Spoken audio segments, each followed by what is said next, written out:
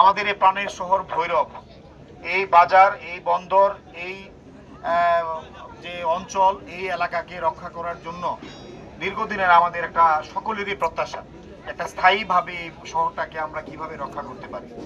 পাশাপাশি শুধু তাই নয়, এই শহর রক্ষার পাশাপাশি আমাদের ভৈরব উপজেলা পূর্বাঞ্চলের মানুষের যাতে একটা সরাসরি একটা যোগাযোগ ব্যবস্থা স্থাপন করা যায়, চণ্ডীবের কালীপুরের ভিতর দিয়ে যে রাস্তাটা আছে এর বাইরেও আরেকটা কানেক্টিভিটি তৈরি করা যায়, এ ব্যাপারে আমাদের একটা চিন্তা ভাবনা আছে। আপনারা ইতিমধ্যে লক্ষ্য করেছেন, আমরা গত 12ই ফেব্রুয়ারি নির্বাচনের পর 4 মাস এর কিছু বেশি দিন হয়েছে। এরপরে আমি দায়িত্ব পাওয়ার পর আমি আমার পক্ষ থেকে যতটুকু সম্ভব সংশ্লিষ্ট মন্ত্রণালয় সহ মাননীয় প্রধানমন্ত্রীর কাছে আমি চেষ্টা করছি বিভিন্নভাবে যোগাযোগ করে। ইতিমধ্যে আপনারা দেখেছেন আমি পার্লামেন্টেও আমি ভৈরব শহর রক্ষা বাঁধ সহ বিভিন্ন উন্নয়নের ব্যাপারে কথা বলেছি এবং আমি মন্ত্রণালয়ের প্রতিটা মন্ত্রীর সাহেবের কাছেই আমি গিয়েছি আমার ভৈরব কুলিয়ারচরের মানুষের কি কি প্রয়োজন। কারণ আমি যেহেতু জনগণের রাজনীতি করি, আমি প্রতিটা এলাকার মানুষের কাছে গত 35 বছর যাবত আমি যাচ্ছি, আমি কোথায় কি সমস্যা সেগুলো দেখার চেষ্টা করেছি। এখন আমি আমার কাজগুলো শুরু করেছি, পর্যায়ক্রমে আমি সেই কাজগুলো দৃশ্যমান হবে ইনশাল্লাহ। খুব আগামী 6 থেকে 1 বছরের মধ্যে আপনারা এই সুফল পেতে শুরু করবেন। আজকে আমরা যেই কাজে আসলাম, অতি দ্রুত ইদানিংকালে প্রায় সময় এই গভীর ভাঙ্গনগুলা শুরু হয় এবং ভাঙ্গনগুলোর গভীরতা এত বেশি, এখানে পান্নানু বোর্ডের অ্যাকশন সাহেব আছেন, উনিও আমাকে বলেছেন যে আস্তে আস্তে যেভাবে ভিতরের দিকে ঢুকে যাচ্ছে এটা অত্যন্ত খুবই কঠিন এবং খুবই বিপজ্জনক। এই বাজার, এই শহর রক্ষা না হলে আমাদের ঐতিহ্য, আমাদের অর্থনৈতিক প্রাণচাঞ্চল্যতা, ভৈরবের সব কিছু বিলীন হয়ে যাবে। আমরা যে কোনো উপায়ে যাই করি না কেন, আমরা সবসময় জনগণের যেহেতু কাজ করি, প্রথমত আমাদের মূল ফার্স্ট প্রায়োরিটি হলো এই ভৈরব শহরকে রক্ষা করতে হবে।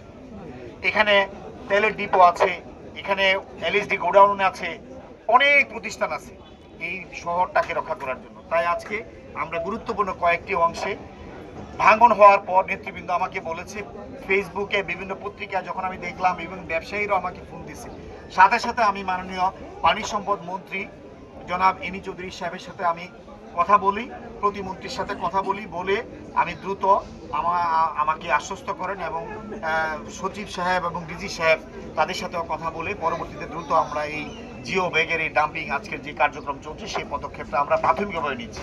ইতিমধ্যে আপনারা জানেন আমাদের পানি উন্নয়ন বোর্ড এবং রোডস অ্যান্ড হাইওয়ে সহ আমাদের উপজেলা প্রশাসন নেতৃবৃন্দরা কিছুদিন আগেও পরিদর্শন করেছেন সে বিয়ানীবাজার জগন্নাথপুর থেকে শুরু করে এই রাস্তাটার জন্য। যদিও এটা অনেক বড় প্রকল্প, কিন্তু আমি এই মানুষগুলোর কাছে, জনগণের কাছে যেমনভাবে বলেছি, আমার নেতার কাছে আমি উপস্থাপন করেছি। রাষ্ট্রের অর্থনৈতিক অবস্থার কথা আপনারা সকলেই জানেন। গত 17 বছরে যে পরিমাণ লুটপাট, যে পরিমাণ হরিলুট হয়েছে মেগা প্রকল্পের নামে, এখন এই কারণে রাষ্ট্রের এই ভঙ্গুর অর্থনীতির মধ্য থেকেও আমরা মানুষকে যাতে সার্বিক প্রায়োরিটি বেসিসে উন্নয়নগুলো নিশ্চিত করা যায়, সে কারণে সরকার বিভিন্ন পদক্ষেপ গ্রহণ করছে। আমার এই ভৈরবের মতো অনেক জায়গাতে এরকম সমস্যা আছে যেখানে নামমাত্র টাকা পয়সা এসেছে, উন্নয়ন হয়েছে, টেন্ডার হয়েছে, কিন্তু আসলে জনগণের কোনো সুফল আসে নাই।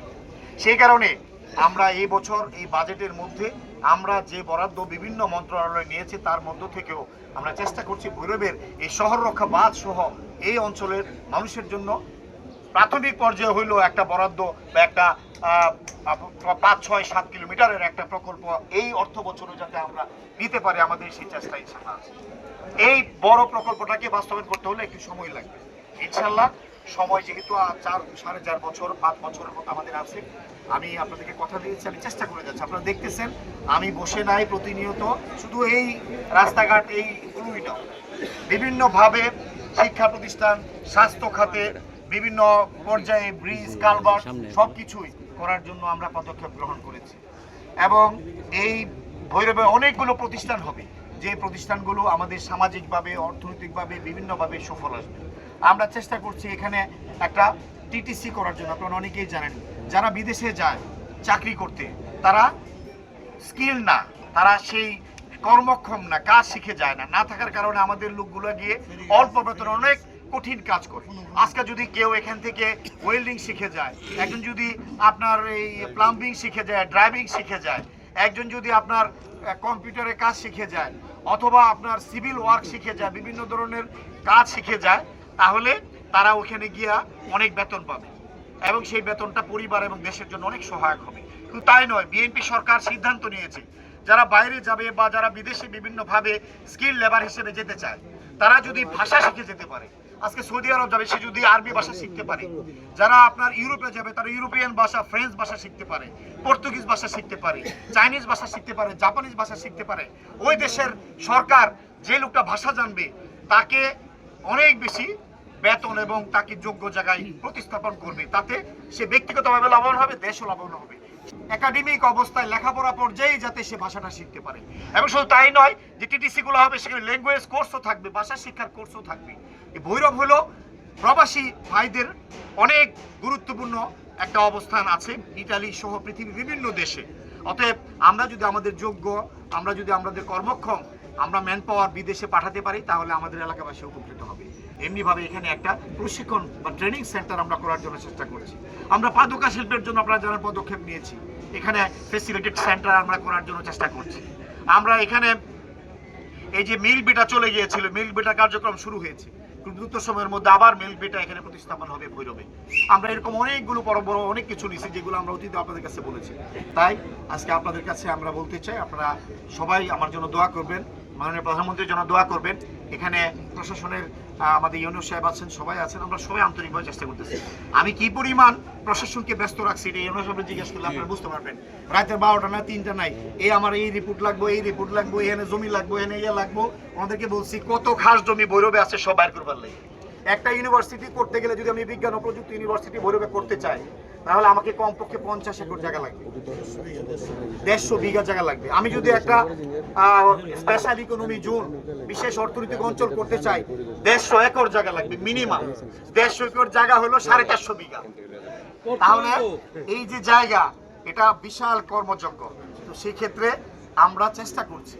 এছাড়া আরো অনেক প্রতিষ্ঠান আছে যেগুলো আমি এখন বলতেছি না, পর্যায়ক্রমে ইনশাল্লাহ আপনারা বুঝতে পারবেন। তো সেই বিষয়গুলো ইতিমধ্যেই এই যে আমি ইকোনমি জোনের কথা বলছি আপনারা অনেকে দেখেছেন, মাননীয় প্রধানমন্ত্রী অনুশাসন ঘোষণা জারি করেছেন, অনুশাসন এখানে আছেন, অনুশাসনের ভাষা হয়ে অনুমোদন দিয়েছেন। এটা বাধ্যতামূলক, ইনশাল্লাহ এটা হবে। এটার জন্য দ্রুত ইতিমধ্যেই চিঠি চলে আসছে ডিসি সাহেবের কাছে, ডিসি সাহেব ইউনুস সাহেবের কাছে পাঠিয়ে দিয়েছে জায়গা বের করে তাড়াতাড়ি রিপোর্ট পাঠানোর জন্য, ঠিক কিনা? তাহলে আমরা আমাদের কাজগুলো করে যাচ্ছি, চেষ্টা করতেছি ইনশাআল্লাহ। এই যে হাসপাতাল স্পেশালাইজ ট্রমার সাথে ট্রমাও চালু হবে, সেখানে হাসপাতাল হবে, এটা কমপক্ষে 500 বেড হবে, এর চেয়ে বেশিও হতে পারে। এই হসপিটাল হবে ইনশাআল্লাহ, এই 3.5 বিঘা জায়গা সেটাও আমাদের আগামী এই ডিপিপি হচ্ছে, এটা নেক্সট অর্থ বছরে, এই অর্থ বছরে ইনশাআল্লাহ এটা পর্যায়ক্রমে এটা একদিকে যাবে। একদিকে গেলে সেগুলো আমরা পাশাপাশি আমরা প্রায় 2000 কোটি টাকা কমপক্ষে আল্লাহ যদি বাঁচায় রাখে 2000 কোটি টাকা কিশোরগঞ্জ প্রকল্প নামে একটি প্রকল্প করতেছি ইনশাআল্লাহ, যেখানে ভৈরব কলিয়ারচর সহ 13টা থানার রাস্তাঘাট, ব্রিজ, কালভার্ট এগুলো হবে। এই যে মানিকদি থেকে যে রসুলপুর, সাদেকপুর, কাচারি আছে না, যেমনি ভাবে কালী নদী ব্রিজ হয়েছে মানিকদি থেকে কলিয়ারচর, সাদেকপুর থেকে মানিকদি হয়ে একটা ব্রিজ হবে, সেটা প্রায় 450 মিটার, 300 থেকে 400 কোটি টাকার ব্রিজ হবে ইনশাআল্লাহ। সেই ব্রিজটা কমপ্লিট করে নদীর পাড় দিয়ে তাতালচর দিয়ে রাস্তাটাই না কালী নদী ব্রিজে লাগাই দিন, যাতে ওই পূর্বাঞ্চলের মানুষ আজমিরগঞ্জ, হবিগঞ্জ দিক থেকে আইসা আপনার এদিক দিয়ে এসে আরেকটা ওয়ে তৈরি হয়। আমরা অনেকগুলো প্রকল্প নিচ্ছি ইনশাআল্লাহ। এবং মৎস্য অবতরণ কেন্দ্র, আপনারা জানেন যে ভৈরবে একটি মৎস্য অবতরণ কেন্দ্র আছে, এই মৎস্য অবতরণ কেন্দ্রটা আমরা দেখতে যাব। মৎস্য পানি সম্পদ মন্ত্রীর সাথেও আমার কথা হয়েছে, এটার যদি কোনো ডেভেলপমেন্ট প্রয়োজন হয়, কেন এটা ইউটিলাইজ হচ্ছে না, ব্যবহার হচ্ছে না, এই ব্যবহারযোগ্য করার জন্য যদি কোনো ঘাটতি থাকে সেখানেও আমরা পদক্ষেপ গ্রহণ করব।